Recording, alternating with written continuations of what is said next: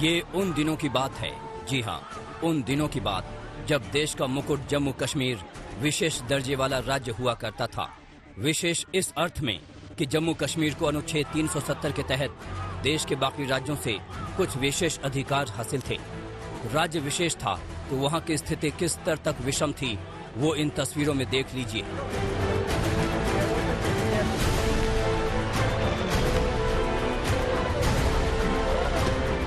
हर हफ्ते एक तरह से पत्थरबाजी का विशेष आयोजन होता था।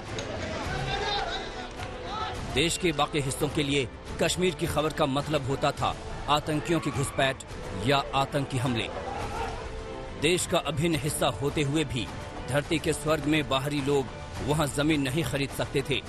देश का कानून और संविधान होते हुए भी वहां जनता को सबल बनाने वाले आरटीए जैसे कानून लागू नहीं थे। ये मलाल देश के एक बड़े वर्ग को लंबे समय से था कि कश्मीर हमारा होकर भी हमारा क्यों नहीं है। अब नारा लगाना है, अब हमें हिंदुस्तानियों ने कश्मीर बनाना है।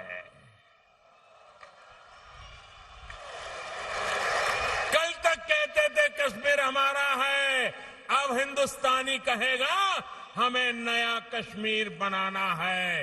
वहां फिर से एक बार स्वर्ग बनाना है, हर कश्मीरी को गले लगाना है।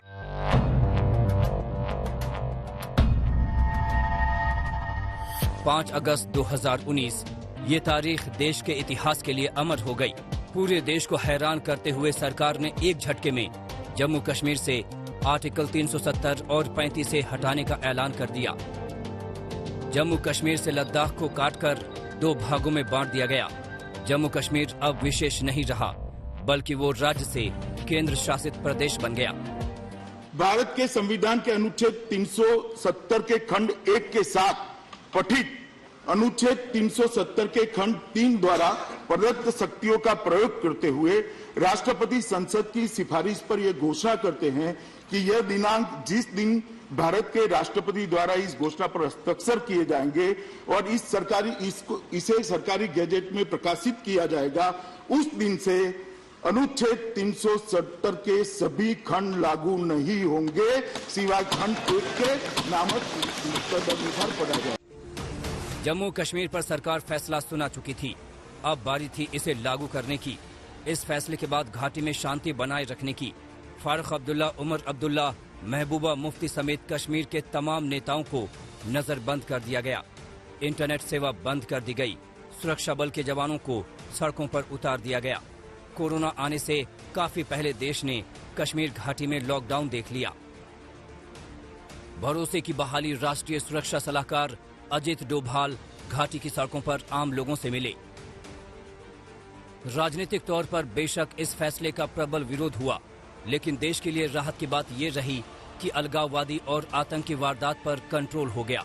पत्थरबाजी की घटना बंद हो गई। 2018 में पत्थरबाजी की 802 और 2019 में पत्थरबाजी की 544 घटनाएं हुई थीं।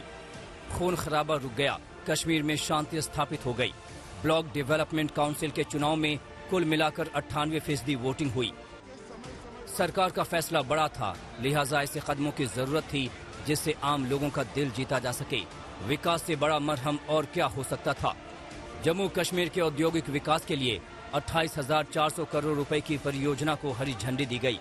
जमीन तक विकास पहुंचे, इसके लिए 21 विषयों को पंचायतों के हवाले करते हुए उन्हें सशक्त किया गया। 24 घंटे बिजली बहाल की गई।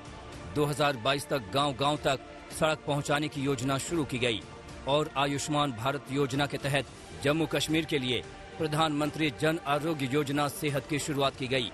इस योजना के तहत जम्मू एवं कश्मीर के सभी निवासियों को मुफ्त बीमा कवर प्रदान किया जाएगा। संकेत साफ है, कोशिश हो रही है धरती के स्वर्ग को विकास से असली जन्नत बनाने की, ताकि सियासत के चक्कर में ना पड़े आम आदमी। आज तक ब्यूरो।